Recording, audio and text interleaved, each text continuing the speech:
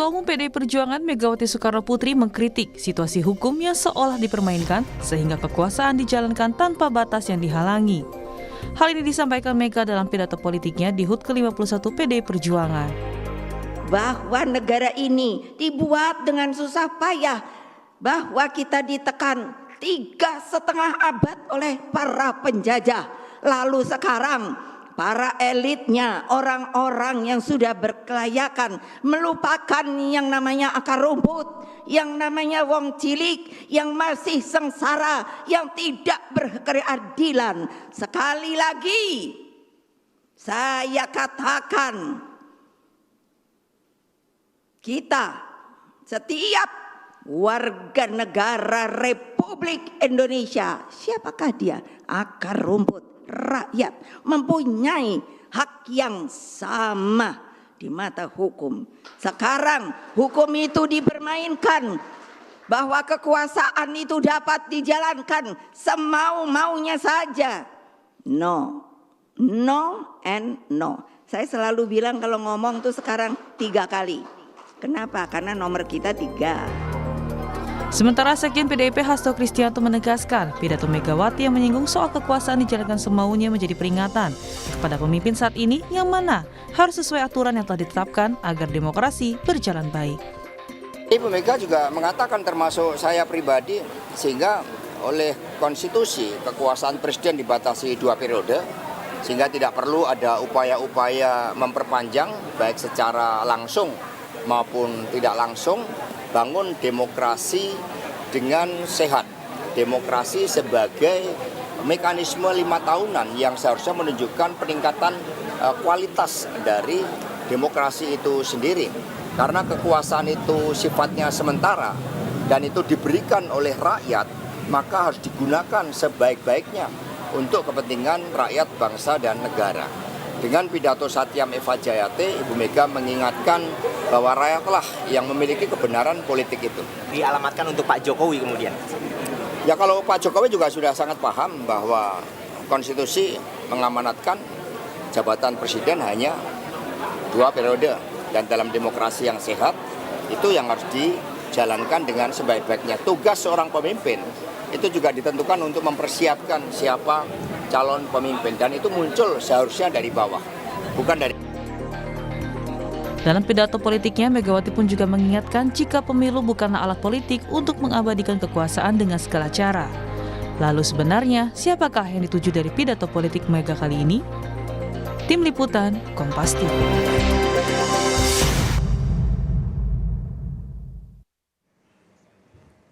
Saudara, pidato Ketua Umum PDI Perjuangan Megawati Soekarnoputri menyinggung soal hukum yang dipermainkan dan juga kekuasaan yang dijalankan semaunya. Apalagi pada tahun pemilu ini jangan halalkan segala cara. Sebenarnya apa makna pesan dari pidato Megawati Soekarnoputri ini dan siapa yang ditujukan? Kami akan membahasnya dalam dialog Sapa Pagi hari ini bersama dengan sejumlah narasumber yang sudah hadir ke studio. Ada juru bicara TPN Ganjar Mahfud melalui sambungan Zoom. Sudah ada Mas Ciko Hakim. Selamat pagi, Assalamualaikum Mas Ciko. Waalaikumsalam, pagi Risti, pagi semua, Bung Habib, Mbak Leli. Iya, selamat pagi Ciko. Dan juga yang juga sudah hadir ke studio ada Wakil TKN Prabowo Gibran. Wakil Ketua TKN. Wakil Ketua TKN Prabowo Gibran. Dari Jakarta Timur. Dari Jakarta Timur ada Mas Habibur Rahman. Selamat pagi, Assalamualaikum. Waalaikumsalam. Dan juga ada pakar komunikasi politik dari Universitas Nasional, ada Prof. Lely Aryani. Selamat pagi Disti, Habibur, Ciko. Ya, pagi Bunda. Terima kasih sudah hadir pagi-pagi ke studio ya. Dan juga Mas Ciko. Saya langsung ke Mas Ciko dulu deh nih. Karena kemarin kan PDI Perjuangan baru merayakan ulang tahun yang kemudian juga ditunggu-tunggu adalah pidato dari Bu Mega. Ternyata bersemangat sekali soal bagaimana menyinggung kekuasaan itu tidak langgeng, kemudian hukum yang dipermainkan. Dan kalimat yang kemudian saya notice adalah eling. Maksudnya apa nih, Mas Ciko? Adis nih nggak nyelamatin ulang tahun langsung nanya. Oh iya, selamat ulang tahun, Mas. Sudah pakai baju merah, sudah pakai blazer merah. Pink. Iya, pink. Udah hampir. Kalau pink itu hampir PDI Perjuangan. Terima kasih atas ucapan selamatnya. Alhamdulillah, puji syukur pada Tuhan. kami semua berbahagia, bersukacita kemarin PDI Perjuangan tiba di usia yang ke-51 betul. dan semoga terus sampai Indonesia ini ada. Pada prinsipnya apa yang disampaikan Ibu Mega adalah kegelisahan seorang tokoh bangsa, seorang ibu bangsa yang sudah sekian lama berkecimpung di dunia politik, sosial dan kemasyarakatan, dan saya rasa itu suatu hal yang wajar bahwa kita sedang menjalani proses pemilu yang menuju pemilihan di 2024 untuk Pilpres maupun Pileg. Nah, pada prinsipnya yang disampaikan itu adalah untuk semua masyarakat maupun aparat pemerintah, penyelenggara pemilu dan lain-lain. Nah, kita ketahui bahwa bagi kami sudah banyak sekali kejadian-kejadian yang menimpa relawan-relawan kami ataupun capres dan cawapres kami secara langsung maupun tidak langsung terkait dengan pelanggaran-pelanggaran yang terkait dengan pemilu, tidak netralan aparat, kecurangan, dan lain-lain. Indikasi-indikasi ini jelas ada dan memang banyak dilaporkan. Bahkan yang tidak dilaporkan pun banyak juga yang Bawaslu mengambil sikap proaktif karena memang dalam pemilu ini sifatnya tidak melulu aduan tetapi juga temuan-temuan langsung oleh Bawaslu pun bisa ditindaklanjuti. Nah, ini saya rasa hal yang wajar dan kita lihat tadi walaupun dengan berapi-api Ibu Mega, dan begitulah memang gaya Ibu Mega selama ini sejak beliau berkecimpung di politik sejak dulu zaman Orde Baru sampai sekarang, namun di sela-selanya juga beliau menurunkan tone-nya. Jadi bukan semata-mata seperti marah dan lain-lain, tapi itu juga ingin membakar semangat kader-kader kami yang hadir secara daring kemarin. Ada hampir 1,3 juta kader hadir secara daring dan ada 30 ribuan caleg dari tingkatan kota, kabupaten, provinsi hingga DPR RI yang hadir secara daring. Jadi memang acara kemarin itu kan lebih ke acara yang sangat sederhana, semacam pembukaan dari rangkaian acara ulang tahun PDI Perjuangan yang akan terus berjalan sampai bulan Mei nanti dan menuju bulan Bung Karno. Nah, pada prinsipnya acara pagi kemarin itu hanya mengundang segelintir tokoh, ada 51 tokoh yang kami undang, dan juga lebih mengedepankan kedekatan pada rakyat dan pada kader-kader. Jadi bukan acara yang memang bersinggungan dengan elit dan lain-lain. Jadi intinya itu hal yang disampaikan beliau itu kalau mau ditanya ditujukan pada siapa, tujukan pada semua, tapi memang khususnya pada aparat-aparat dan para penyelenggara dan orang-orang yang memegang jabatan dalam kekuasaan, dan ini kita harapkan untuk supaya netral dan pemilu ini berlangsung jujur, adil dan bersih. Oke, Mas Ciko kan tadi sudah menyebut kader-kader juga hadir begitu melalui Zoom, kemudian tokoh juga ada 51. Nah, kader terbaiknya kan salah satunya adalah Pak Jokowi begitu. Kemarin sebenarnya diundang atau enggak? Jadi begini, sepatu kita sedang mempersiapkan acara, ya kan, karena kebetulan kan memang ini kan suasananya suasana pemilu, suasana kampanye. Semuanya sedang fokus di daerah masing-masing, setiap caleg lagi fokus di dapilnya masing-masing. Capres dan cawapres kami sedang giatkan terus untuk berkeliling, turun ke bawah, menyapa warga, berusukan dan lain-lain, sehingga fokus kami lebih ke sana. Dan kami juga kemarin yang ulang tahun ke-50 kan sudah menyelenggarakan acara yang begitu besar.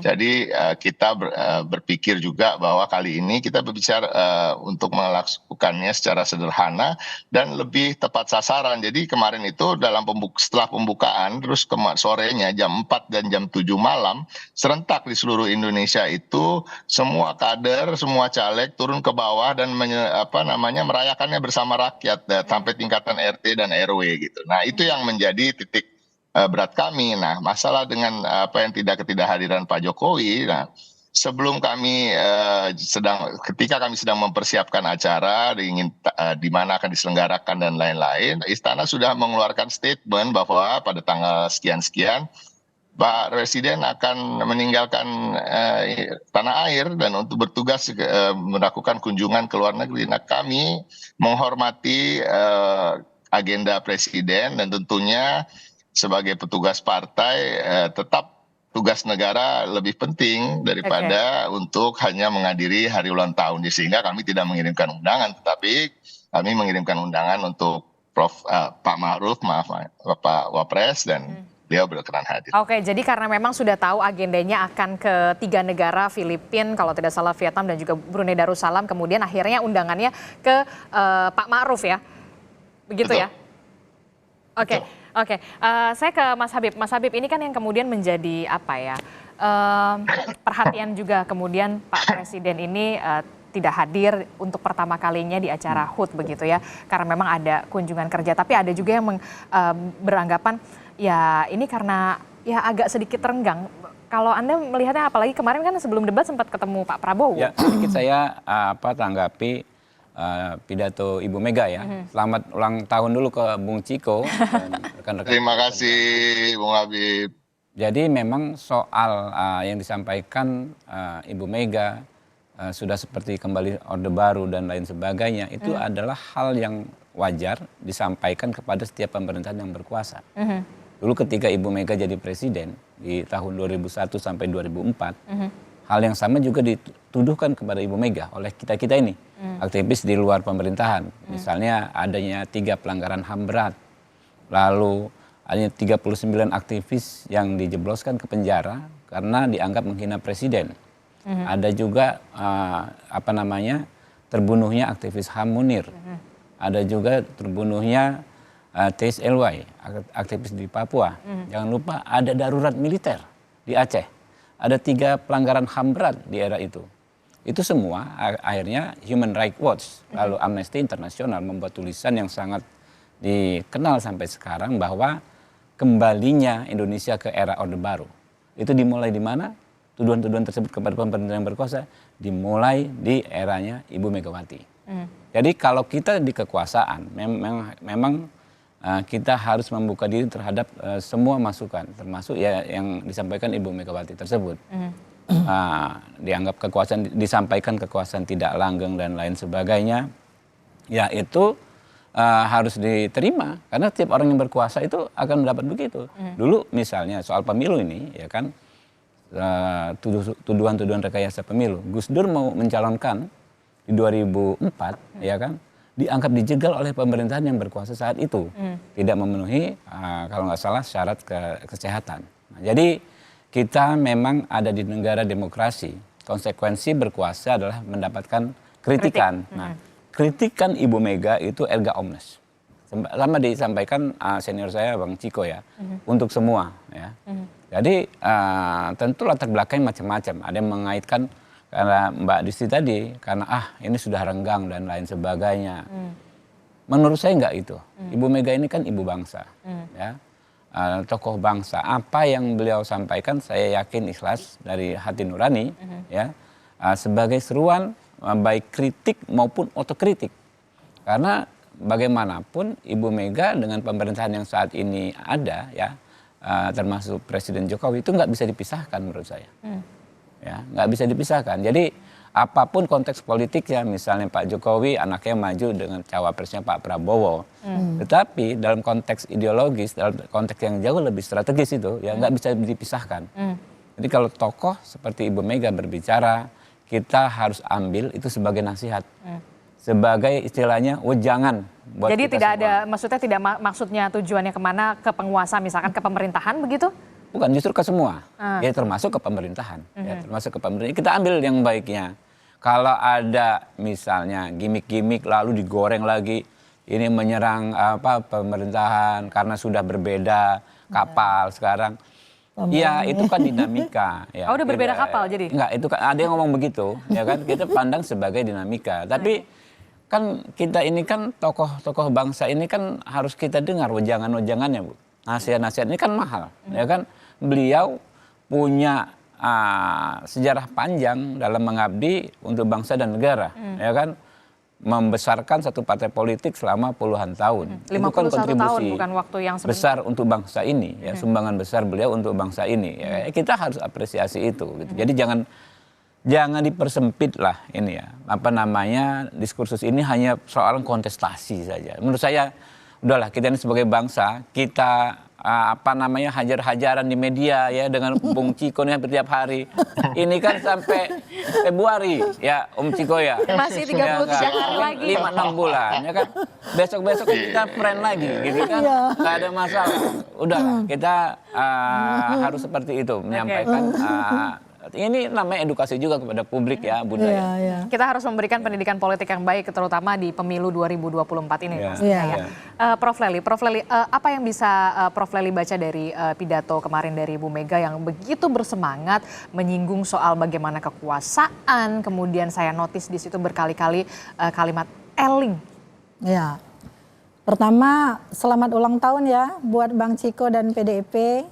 Semoga Terima kasih, Prof. Semoga menjadi partai yang besar dan membesarkan bangsa, bukan mengecilkan bangsa, terus membesarkan bangsa.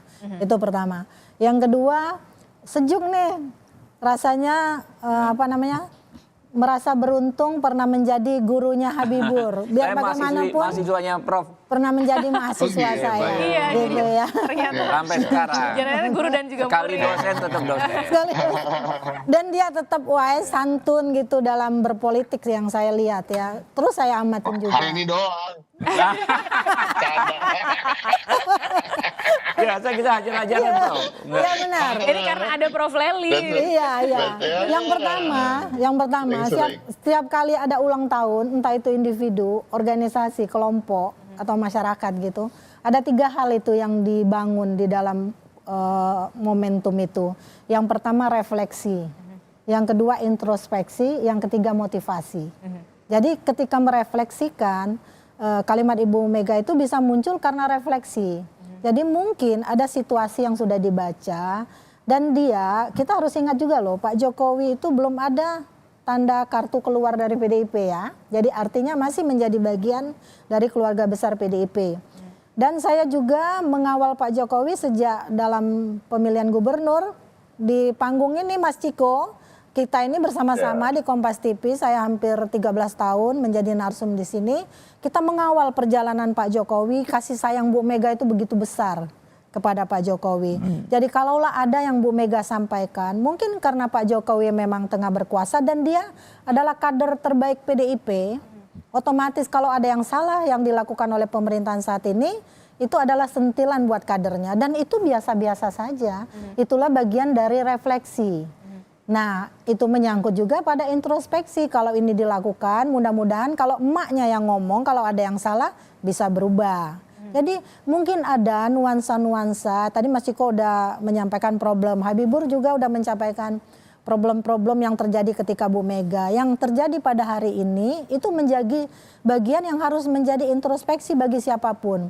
Entah bagi ketiga pasangan calon itu, bagi para pembinanya, para elit yang sudah lebih dulu berkuasa di negeri ini sehingga bisa menjadi soko guru lah, motivasi.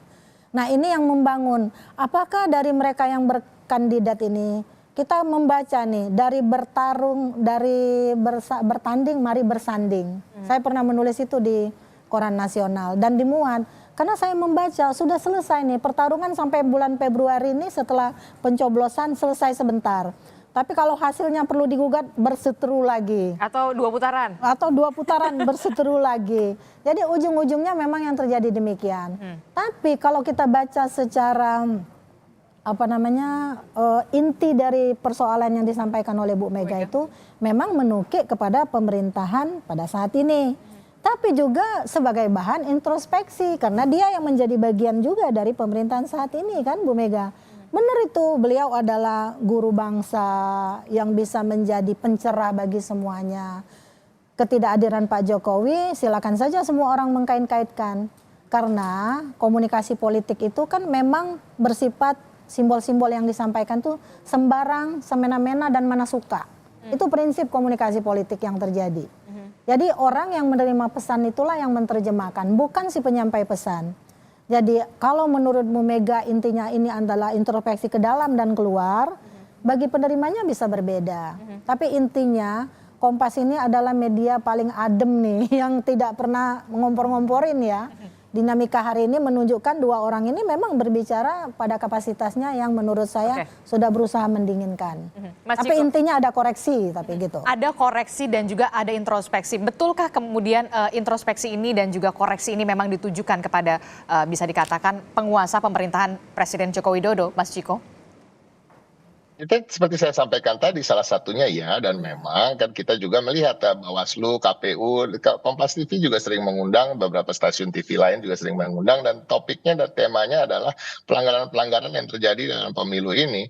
Jadi nggak ada masalah kami dibilang untuk mengkritik pemerintahan Presiden Jokowi dan beserta aparat yang berada di bawahnya, baik itu khususnya di Polri, TNI, ya kan, Kapolri dan lain-lain. Bu Mega juga memberikan contoh-contoh di mana ada pembagian bansos yang tidak melibatkan ketua RT misalnya, langsung turun ke masyarakat yang ini menyalahi etika dalam melakukan pembagian bansos yang tidak dilakukan sebelum-sebelumnya, dan ada salah satu ketua RT yang melawan gitu misalnya, dan itu juga disampaikan oleh Bu Mega. Jadi sebenarnya kalau mau mendengarkan secara utuh jelaslah arahnya kemana saja, tetapi tadi yang saya katakan itu juga mengarah kepada kader-kader kami sendiri untuk juga introspeksi. Tadi dikatakan juga kami tidak akan kalau kita berani mengkritik orang, artinya kita juga berani untuk tidak berbuat hal yang sama.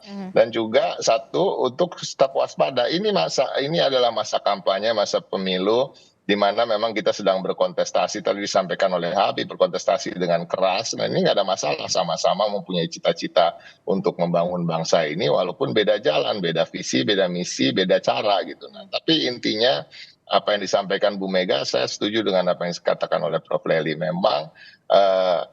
Memang betul bahwa menjadi penguasa, menjadi sebuah pemerintahan itu resikonya di dalam dunia demokrasi adalah dicurigai terus-menerus dan dikritik terus-menerus. Ini memang udah menjadi resiko, dan itu harus diterima kalau kita memang mau hidup jalan di jalan demokrasi. Nah, artinya tapi memang ada jalur-jalurnya dalam melakukan kritik. Tadi kemarin sepertinya dalam pidato politik gitu misalnya, kalau di DPR dalam jalur-jalur parlemen gitu misalnya. Nah, banyak hal di jalan pun boleh ada jalur demokrasi yang mengatakan kita berhak melakukan demonstrasi dan lain-lain. Ini hal yang wajar.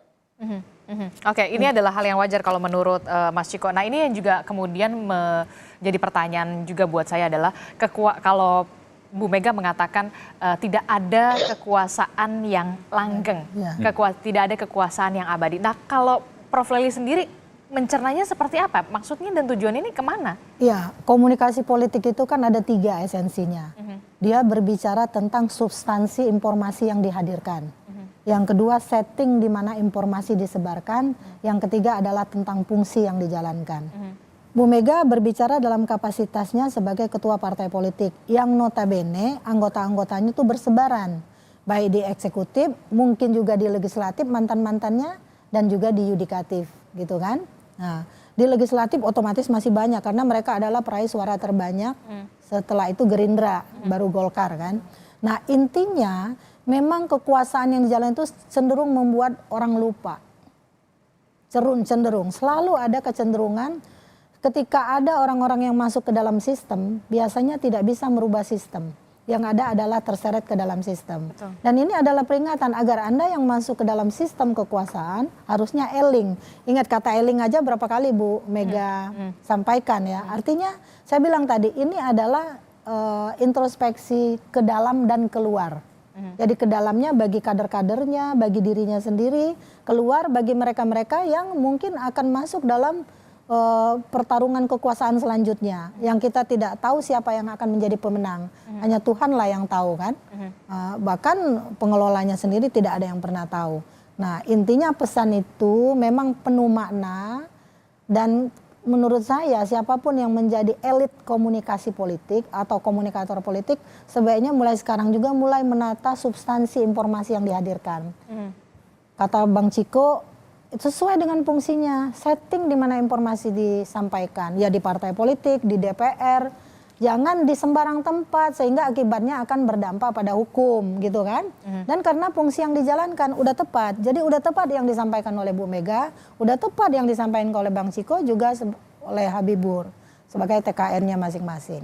Oke, Itu ini juga pesannya. yang itu tadi kalau dari pandangannya Prof. Lelina, kalau Mas Habib sendiri mencermatinya seperti apa untuk pidato Bu Mega ini, tidak ada kekuasaan yang langgeng. Apakah ini kemudian juga merujuk kepada Presiden Joko Widodo yang kemudian kita tahu Mas Gibran juga saat ini bersanding dengan Pak Prabowo di Pilpres 2024? Jangan dijawab dulu, kita akan Udah jeda hafal, dulu sudah apa? sejenak. Tetaplah Udah bersama tahu. kami di Sapa Indonesia Pagi. Modusnya seperti itu.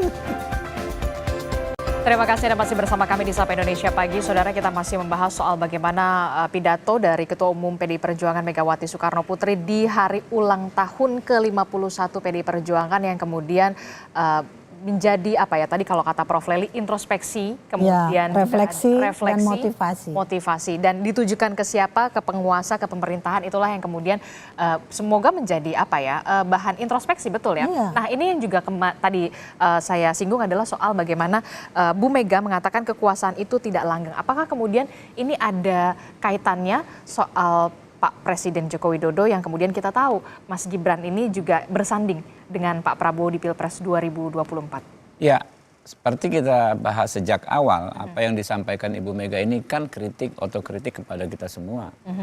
Karena kalau kita bicara kekuasaan, de facto kekuasaan saat ini coraknya tersebar. Ya, di setiap paslon ada menteri-menteri yang punya peran strategis. Coba deh, ya. Pak Mahfud Menko Polhukam, ada Pak Yasona. Ya. Sempat ada tuduhan kemarin misalnya fakta integritas, ya. Fakta integritas baik PJ kepala daerah, lalu fakta integritas di lembaga pemasyarakatan. Lalu di kami juga tentu ada kekuasaan, ya. Ada Pak Prabowo sebagai Menhan, kemudian kami misalnya di legislatif, ya ada beberapa menteri, ada Pak Erlangga. Di kubunya paslon 1 juga ada kekuasaan, Bunda. Ada Kemenakertrans, ya. Kemarin dipersoalkan sosialisasi misalnya Dirjen Bina Penta, Bina Penempatan Tenaga Kerja yang berubah seketika menjadi sosialisasi tim Amin, ya kan? Ada juga misalnya launching 1 juta Jurkamdes, juru kampanye desa. Ternyata diduga Jurkamdes ini adalah petugas pendamping desa di bawah koordinasi Kemendes. Kan itu ada bukan hanya pelanggaran pemilu tuduhannya, ada unsur-unsur tipikornya juga karena anggaran negara digunakan ya untuk kepentingan di luar yang seharusnya yaitu kepentingan politik.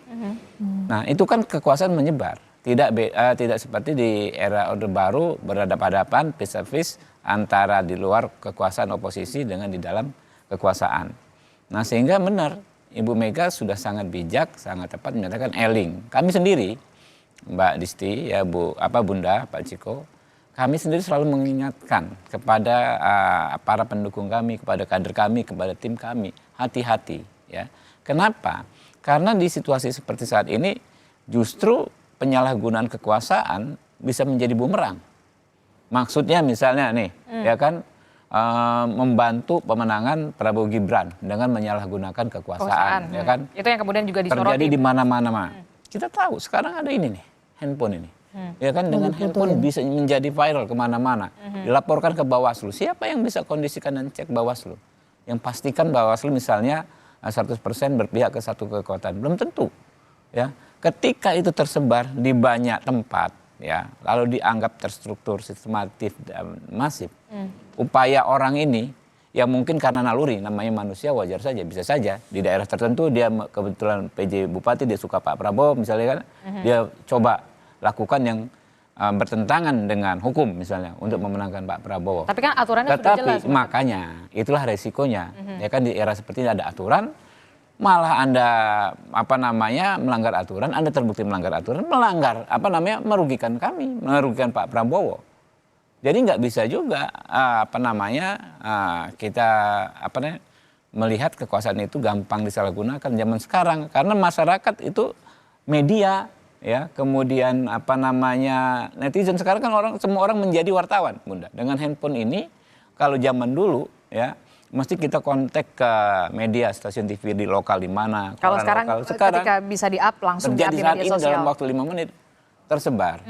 Nah, makanya kami juga wanti-wanti. Kami melakukan apa yang seperti Ibu Mega lakukan, udahlah eling. hati-hati. Kita ini jalan baik-baik saja. Kalau mau menang ya mesti dengan cara yang baik. Sebab cara yang tidak baik bukan saja tidak berkah ya, malah bisa menjadi bumerang bagi kita gitu loh. Jadi kesempatan ini pun kami ya para jubir juga selalu menyerukan hal ini. Ketika kami mendapatkan kesempatan bicara lewat media seperti ini, kami serukan. Istilahnya lu nanti bantu juga kagak, yang repotin iya gitu kan. Nah itu kan jadi masalah gitu. Oke. Prof Lely memandangnya seperti apa? Soal kekuasaan itu tidak langgeng begitu ya. Apakah kemudian ini yang kemudian menjadi apa ya? Sindiran juga dalam tanda kutip begitu ya kepada Presiden Joko Widodo ketika kemudian sang putra kemudian Mas Gibran ini bersanding dengan Pak Prabowo. Iya. Itu kan dalam teori peran itu kan memang dinyatakan. Mengapa ia diributkan? Karena ia diperebutkan, yaitu kekuasaan. Jadi kekuasaan itu setingkat pemilihan kepala desa, ketua RT sekarang juga karena digaji udah bikin ribut tuh kan. Nah itu pertama. Memang kita tidak bisa memungkiri cikal bakal kehebohan ini sebenarnya pada persoalan majunya Gibran. Memang iya itu. Ketika Gibran maju di Solo, saya tuh menulis tuh membela Gibran di sebuah media nasional. Diterbitkan, koran terkemuka ya. Terus saya bilang tidak ada yang dilanggar oleh Gibran. Apakah karena dia anak seorang Jokowi lalu Anda demikian berspekulasi seolah-olah Gibran bersandar pada Jokowi saja, kan yang memilih rakyat. Itu karena pada saat itu memang tidak ada aturan yang dicoba diotak-atik istilahnya ya.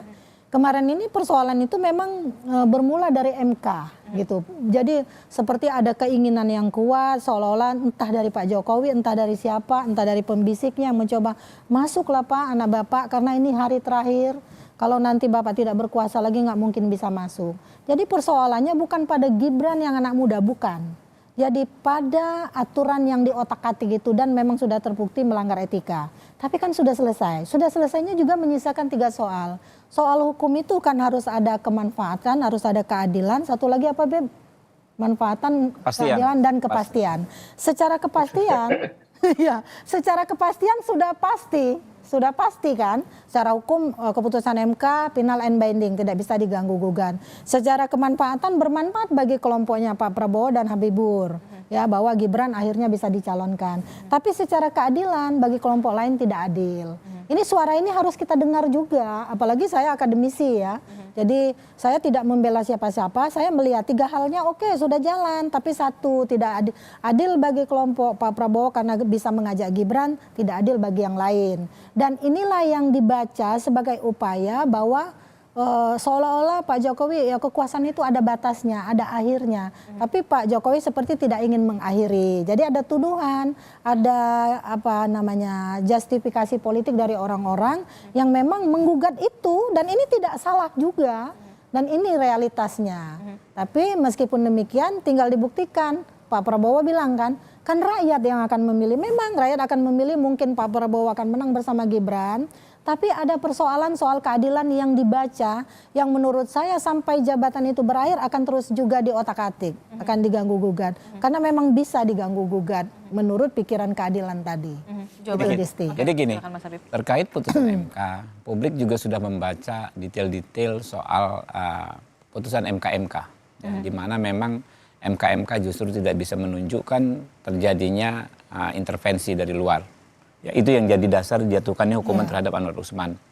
Lalu MK-MK juga tidak bisa membantah bahwa praktek pengesampingan azas benturan kepentingan itu sudah dilakukan sejak Pak Jimli menjadi hakim MK yang pertama. Nah ini yang terpenting Bunda berikutnya adalah waktu itu kan ada semacam solusi. Ya udah kita cek di perkara 141. 141 itu diajukan dalam konteks sepertinya ya untuk mengaudit putusan nomor 90 itu. Jadi semacam kesepakatan, oke lah sekarang kita uji lagi dengan hakim MK yang cuma 8 orang. Minus Paman Usman. Ya. Ternyata ya hakim MK yang 8 orang minus Paman Usman itu dalam perkara 141 justru menguatkan perkara nomor 90.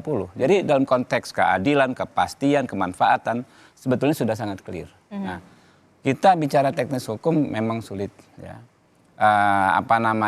Menyamakan pemahaman.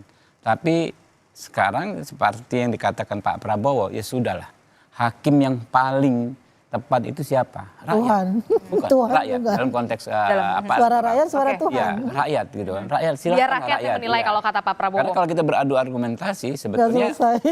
nggak bisa dibantah Oke. 3 argumentasi yang soal perkara 141 itu Nggak akan sangat jelas. agak-agak panjang begitu, nggak akan Ya. selesai begitu ya. Kalau Ya, tapi secara hukum sebetulnya sudah sangat selesai. Tapi kan nggak semua orang bisa kita samakan pemahamannya dalam konteks hukum secara teknis juridis seperti itu. Ya kan? Ya udahlah, kita capek juga. Jadi gini Bib, Kita yang dibaca masyarakat itu kan kalau memang itu bukan diperuntukkan untuk Gibran, Ya. keputusan itu, artinya kan banyak anak-anak muda potensial lainnya yang sudah punya pengalaman menjadi kepala daerah. Ada Ridwan Kamil yang jelas elektabilitasnya gitu kan, Oke. Ya. ada Erick Thohir, ada yang lain-lain Bu gitu loh. Lely, Itu keadilan yang ya, dibaca orang. hukum itu ya, memang membuka kesempatan kepada semua orang untuk maju. Tetapi fakta Melewati politik, satu orang dulu. fakta politik ya kan tentu nggak semua orang. Undang-undang pemilihan presiden misalnya itu untuk seluruh rakyat Indonesia. Oke. Yang bisa maju sebagai capres dan cawapres cuma 6 orang. Oke, Iya. kita tanya Mas Ciko dulu ya. Mas Ciko, betulkah kemudian pidato Bu Mega ini yang soal kekuasaan itu tidak langgeng? Apakah kemudian ini juga ditujukan untuk eling kepada penguasa dalam hal ini Presiden Joko Widodo yang kita tahu kemudian putranya Mas Gibran Rakabuming Raka ini kemudian bersanding dengan Pak Prabowo di Pilpres 2024? Adis nih suka nanya-nanya yang sudah tahu jawabannya. Jadi dan masyarakat juga udah tahu. Jadi intinya memang betul, pastinya tentunya tadi saya sudah disampaikan beberapa kritik disampaikan untuk diri sendiri maupun untuk semua. Nah kalau khusus soal pelanggengan kekuasaan, tentunya kekuasaan yang tidak langgeng tentunya sedang disampaikan kepada siapa yang sedang berkuasa, nah kan itu. Nah mungkin salah satunya tadi MK. Nah saya selalu ada perbedaan pendapat dengan Habib soal putusan MK maupun MKM. Karena saya lebih melihat masyarakat itu bukan masalah pemahaman aja, tapi masalah perasaan. Keadilan itu kan adalah masalah rasa gitu. Kayak kita bisa aja dihukum, tetapi merasa itu tidak adil bagi kita karena alasan-alasan tertentu, karena cara pikir, cara pandang kita masing-masing tentang kehidupan dan tentang keadilan.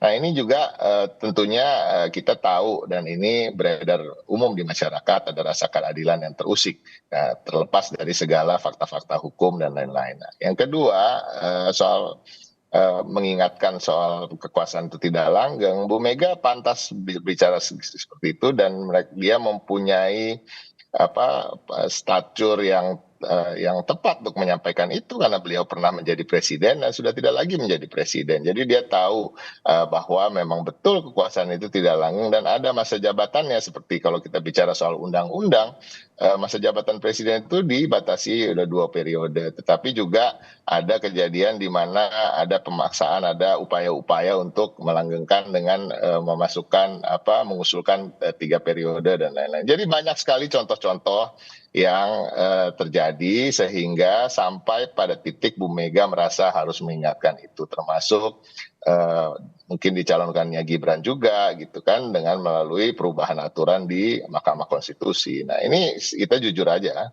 nggak ada masalah Bu Mega dibilang untuk mengkritik penguasa, tapi karena memang udah jelas ketika kita bicara mengingatkan bahwa kekuasaan itu tidak ada yang langgeng, pastinya yang lagi diingatkan bukanlah rakyat di akar rumput, pasti yang sedang diingatkan adalah penguasa. Oke, tapi kalau kita lihat kemudian apakah kemudian kritikan ini dimaksudkan karena setelah kemudian pemerintahan ini sudah lagi tidak satu kapal begitu dengan PDI Perjuangan? Enggak juga, kita juga biasa kita punya anak, kita mengingatkan anak kita kan bukan berarti terus kita disown anak kita atau tidak mengakui lagi dia atau mengusir dia dari rumah. Tapi ini kan sesuatu hal yang tadi disampaikan oleh kita semua sepakat, 3 panelis di sini sepakat bahwa Bu Mega sebagai ibu bangsa mempunyai hak yang sama juga sebagai orang-orang lain yang orang-orang biasa untuk menyampaikan apa yang menjadi kegelisahan. Saya mau tanya untuk Mas Gibran dan juga Pak Jokowi berarti sampai saat ini masih di PDI Perjuangan, di merah? Sampai saat ini memang sepengetahuan saya tidak ada kartu tanda anggota yang dikembalikan atau ada putusan-putusan resmi menyangkut keanggotaan mereka. Minimal masih merah muda lah. Masih, walaupun udah agak mudar atau bagaimana Mas Habib? Merah muda. Merah bias. Merah bias.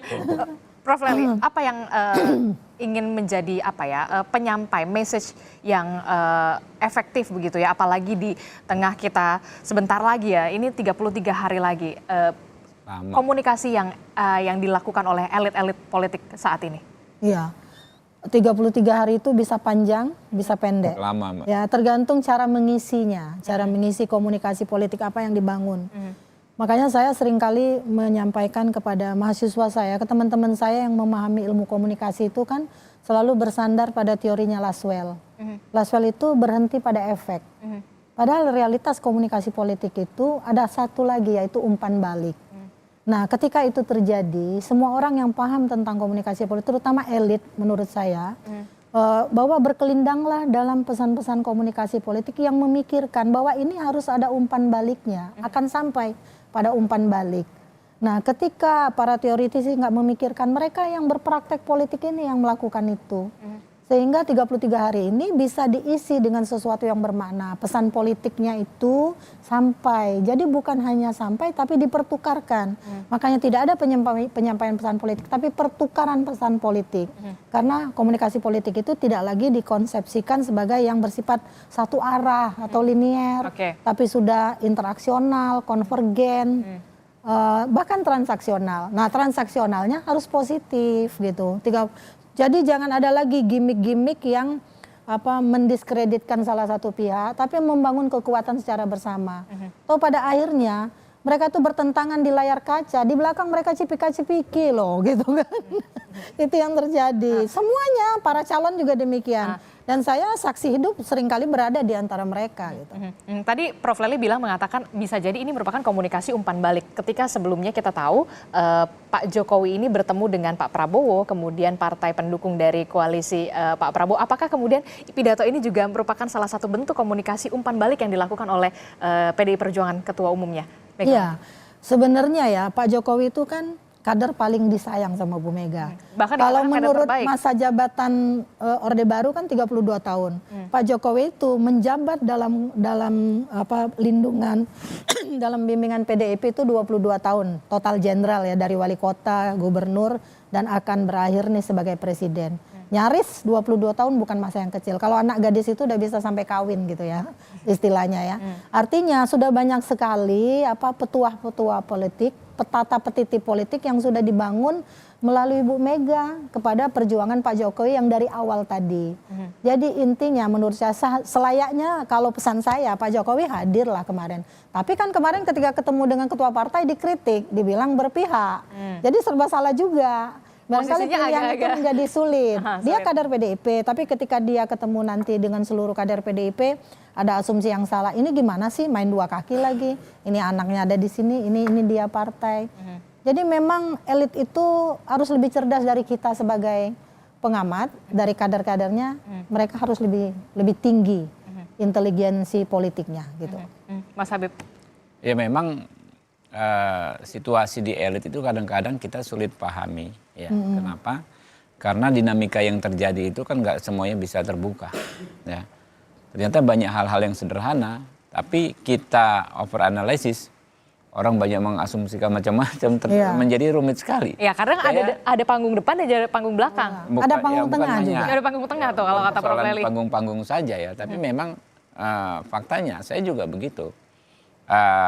Saya ini kan karena skill, bukan karena saya sebagai advokat ada di lingkungan tersebut ya, karena posisi saya sebagai orang teknis hukum sejak 2014, 2019, 2024 ini. Saya juga mengikuti komunikasi elit karena saya ada di situ kan ya. Ternyata hal yang sebetulnya tadinya saya lihat rumit dari luar ternyata sederhana sekali. Iya. Seperti yang kita lihat. Ya, penentuan macam-macam lah, penentuan capres dan cawapres juga sebetulnya banyak yang sederhana. Penentuan partai-partai koalisi, banyak yang terjadi bukan karena faktor-faktor besar, ya kan? Tapi karena hal-hal yang ya sepertinya sederhana menurut saya. Ini yang kita memang nggak bisa tangkap semua. Karena kan ini, kalau Anda bicara soal Bu Mega dengan Pak Jokowi, itu kan ceritanya panjang, ya kan?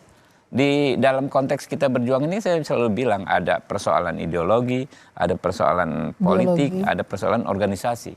Ya, mungkin dalam konteks organisasi ada perbedaan, mungkin dalam konteks politik ada perbedaan, tapi dalam konteks ideologi saya hakul yakin Bu Mega dengan Pak Jokowi masih connect, masih sangat-sangat satu frekuensi. Apa yang membuat Anda mengatakan masih satu frekuensi ketika... Ya karena ini dua tokoh besar, Mbak. Ini bukan tokoh kaleng-kaleng. Anda kalau pernah berdekatan dengan Ibu Mega, ya, pernah berdekatan dalam konteks fisik ya dengan Pak Jokowi, tahulah pasti. Ini bukan orang sembarangan. Ibu Mega itu kita deket aja kayak ada getarannya gitu istilahnya. Pak Jokowi juga ada auranya.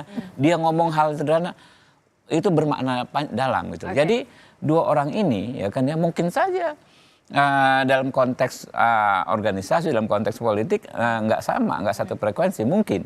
Tapi dalam konteks ideologi, dua-duanya sudah ngotok kering lah bahasanya gitu loh. Punya ideologi yang kurang lebih sama. Menurut saya itu keberpihakan mereka berdua, beliau berdua terhadap rakyat, bagaimana mengamankan kepentingan nasional di kancah internasional. Itu sama. Oke. Mas Ciko, Anda sepakat dengan apa yang dikatakan Mas Habib kalau memang sebenarnya Pak Presiden Joko Widodo dan Bu Mega ini sebenarnya masih satu frekuensi walaupun memang kalau kita lihat dalam konteks ideologi. Dalam konteks ideologi. Oke, Mas Ciko. Seharusnya begitu ya, ketika kita bicara ibarat telur, Pak Jokowi ini kan menetas dari PDI Perjuangan. Jadi intinya itu sesuatu hal yang wajar saja, dan ini justru pada kesempatan kemarin Bu Mega justru ingin meneguhkan dan mengingatkan kembali pada salah satu kader terbaiknya bahwa ya eling loh ya kan, ingat yang abadi itu rakyat, karena rakyat itu adalah pemangku kebenaran yang sesungguhnya. Kenapa? Karena rakyat itu adalah ciptaan Tuhan yang paling sempurna dan dia diturunkan menjelaskan apa yang menjadi kebenaran yang dimaksud oleh Tuhan gitu.